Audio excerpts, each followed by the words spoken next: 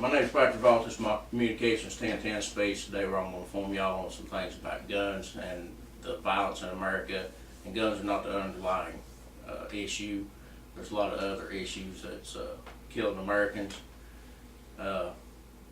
Pills, mental illness causes a factor, and poverty, and things of this nature. One of the biggest underlying problems we have in America is the community. A lot of your crimes happen in metropolitan areas. Kind of goes back to what's called broken windows theory in law enforcement. According to the FBI, there's over 1 million murders committed in 2011. There was, in Tennessee, there was 373 murders. The handguns used were 172 of those. Okay, they're not wanting to ban handguns, they're wanting to ban assault rifles. The gangs in America comprise of 48 to 90% of all crimes, violent crimes committed in America. That's why we go back to the metropolitan areas. Most of your gang members are going to be in your metropolitan areas, but they do affect all areas. Every state in America, every community in some form or fashion has some type of gang violence. In your gang violence, a lot of these people are constituted as being mentally ill because they're subjected to violence at a young age. A lot of them have no father figures, or they have one or two parents that have some type of criminal record. Now, I'm not talking about a one-time DUI, I'm talking about people get arrested all the time for violence or drugs or things of this nature. All that plays into part. These are the people who are carrying this out. The mentally ill in America, if you're taking your medication, if you're not taking your medication, coupled with some type of violence in your life, you're 4 to 5 times more likely to carry out a violent crime. The 1 out of every 5 people in prisons or jail are defined as being mentally ill. That's approximately 250,000 people. That's defined as mentally ill just in the prison or jail system. That's not people that's out right now, that's got out. The problem is, a lot of times when they get out, there's nothing for them. Maybe a halfway house or something like that, but a lot of them, they go back to their old lifestyle or whatever, so they're not medicated, or they're self-medicated by pills or some type of illegal narcotics. The murders in Tennessee, 373, are not even close to what pills are.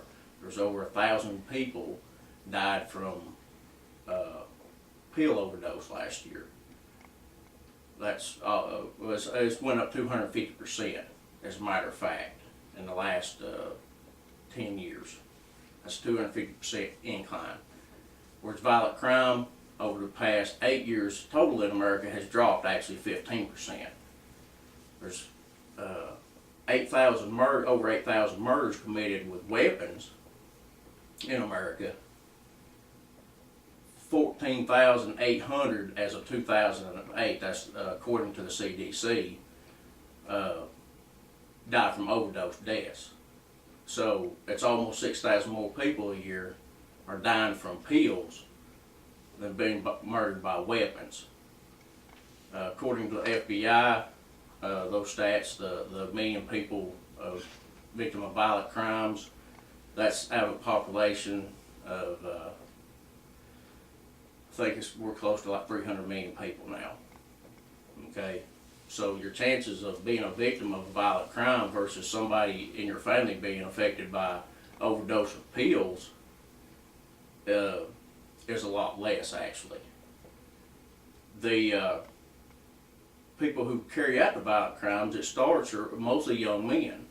Young men, as we've touched on, and this is according to Harvard, young men that have some type of mental illness that are not medicated or over-medicated or self-medicated, that see violence on a daily basis as they're growing up, don't have a father figure, and no outlet, and they live in poverty. And when I mean poverty, I'm not talking about they don't have an Xbox. I'm talking about they don't have food to eat. They don't have no love at home or anything of this nature. And the thing about it is, your guns are an efficient tool to kill people. But for years we've known the problems. But every time there's a tragedy that happens in America with a gun, the guns come in the highlight. They never talk about all the poverty aspects, all the fatherless homes, all the crimes, all the narcotics, all the pills that are killing people each and every day. Most of your violent crimes, the pills, the illegal narcotics, the want to get these, or the money, or the property they can steal, or do whatever, that's the driving force behind most of your crimes. Cato Institute did a study.